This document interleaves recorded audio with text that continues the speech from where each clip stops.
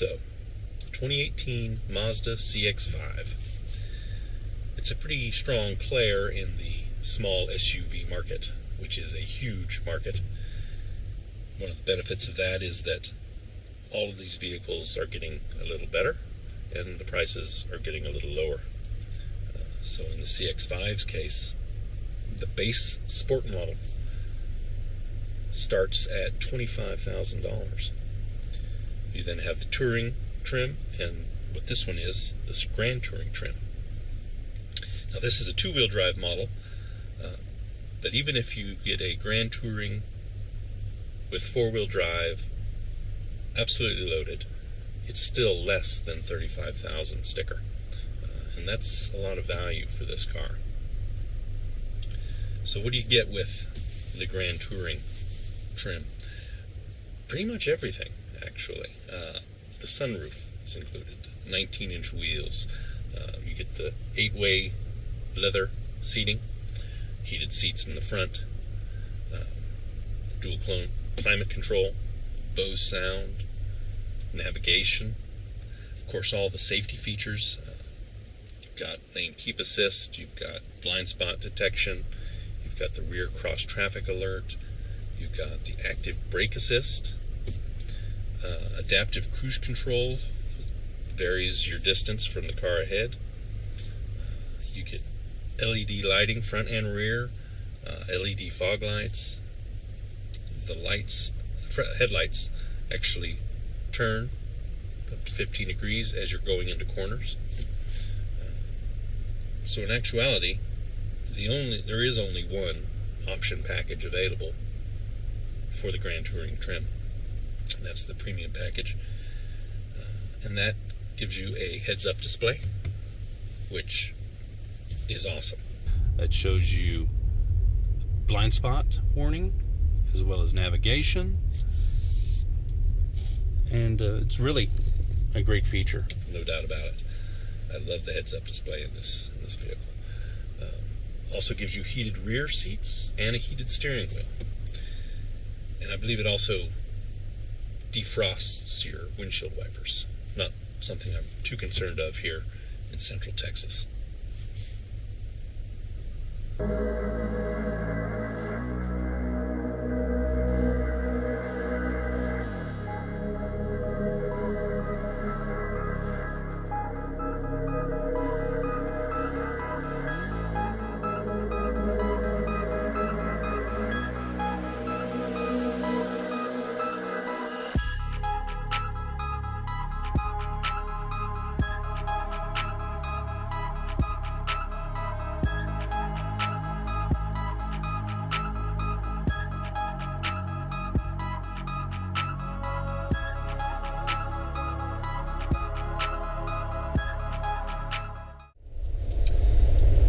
Talk about the engine on this.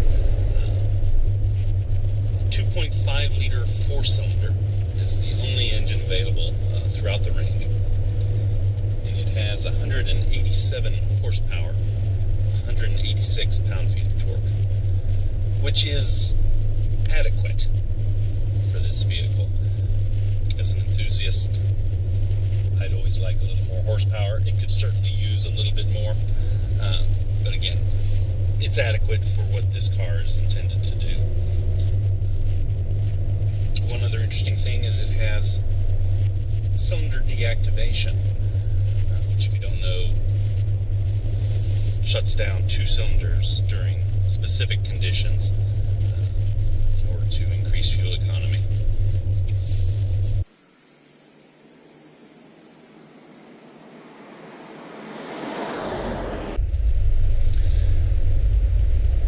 Mazda doesn't talk much about this cylinder deactivation except on their website.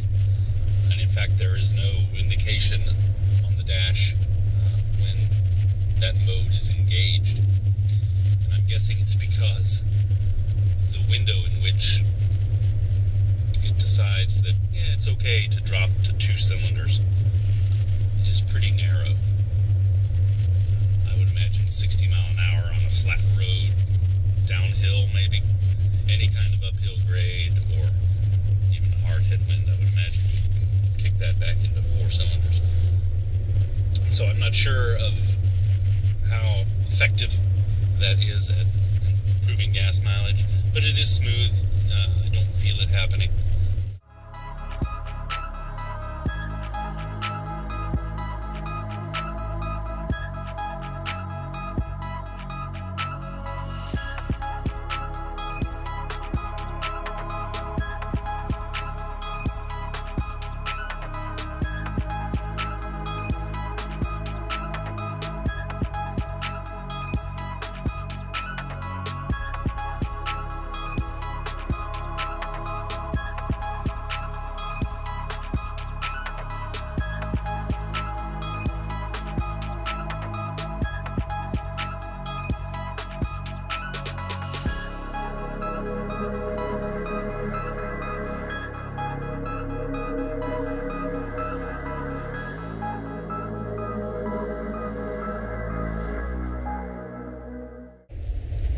So how does it drive? Actually, pretty well for what it is. It feels engaged, feels fairly confident, nimble. It wants to go into the corners. It doesn't have the best handling, or the best power, as we know, but for a little SUV, it's fun to drive. And that's part of the Mazda design philosophy, the zoom zoom, where they want to be more of the driver's car in this segment, and I think they've done so. The steering is tight, heavier than most, but not unduly so. One other thing this vehicle has is Mazda's G vectoring, which they say will adjust the torque as well as weight distribution into, through, and out of corners to help with stability. And they say it's fairly seamless. I am going through some fairly good corners here, and I have no feeling of engine management going on. So if it works, it will be working well.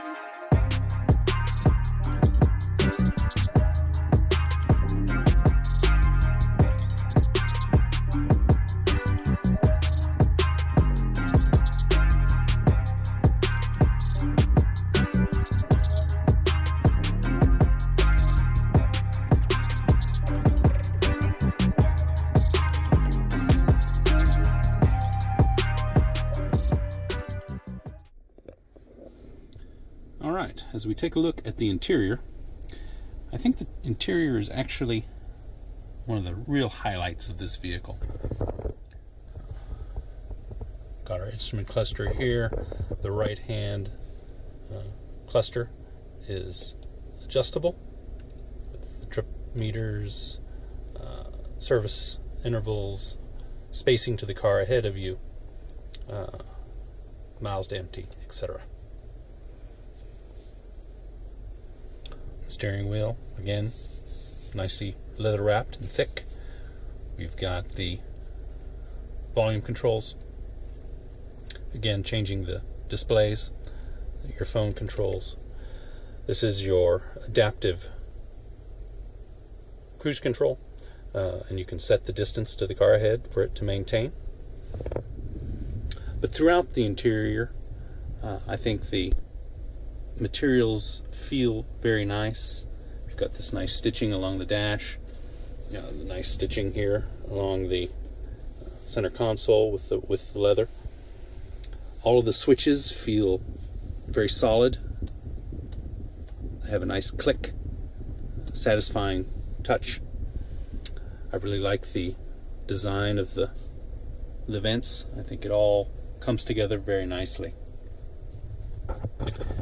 Down here we've got the sport mode, which will knock it down a gear and hold those gears longer. And we've got the electronic park brake, as well as the knob that controls the infotainment center. And it works very nicely. Again, has a very crisp, solid feel to it. Again, these leather seats are in what they call parchment, and they're very comfortable, fairly supportive. Down below here we have two large cup holders and the center binnacle, which has a little plate to lift up, and then very deep pocket. There are two USB ports as well as a 12-volt power.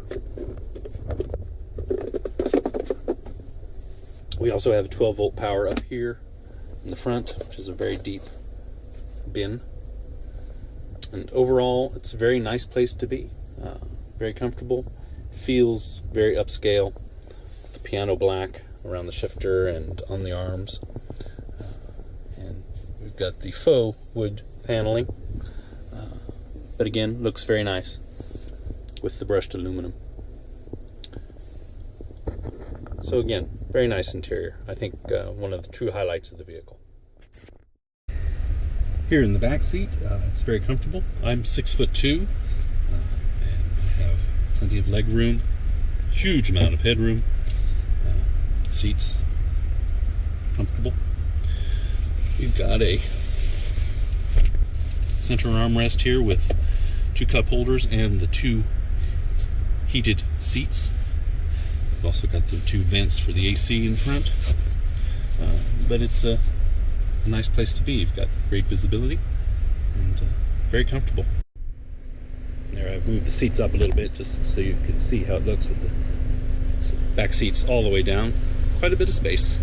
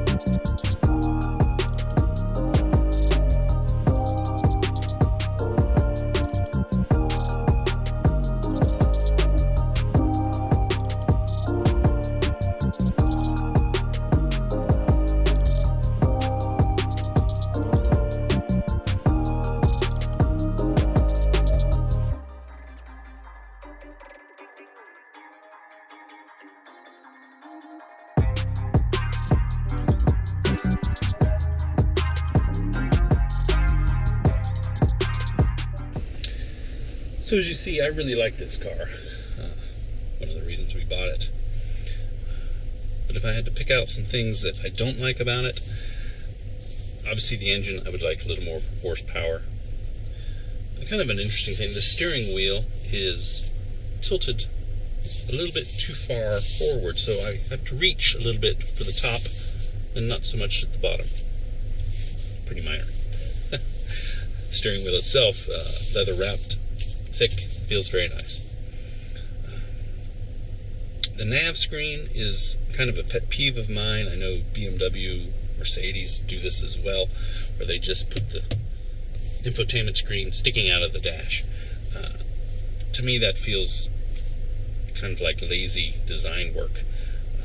I much prefer an integrated infotainment screen into the center console. But again, it works fine. In fact, I really enjoy the little knob to control it. I think it's very easy to use and feels great. Other little quibbles, the mirrors don't have memory. The seats have memory, but the mirrors don't. Again, these are kind of nitpicky items, but I'm trying to come up with something. Also, it does not have Apple CarPlay or Android Auto, although rumor is that they will be adding that as a software upgrade in the future. We'll see. But you can still plug your phone in and be able to play your music or your audiobooks or what have you. So that's really all I can say bad about it. I've really enjoyed the car. We've put almost 1,700 miles on it now. It's averaging about 25 miles a gallon. I think that will improve as it gets a little older as well. But overall, I think it's a great car, and I would highly recommend it to anyone looking for a vehicle in this small SUV category, of which there are many. So, with that, I guess we'll wrap this up. Hope you learned something from this review, and hope you enjoyed it. And please subscribe, like the video, and thanks again for watching.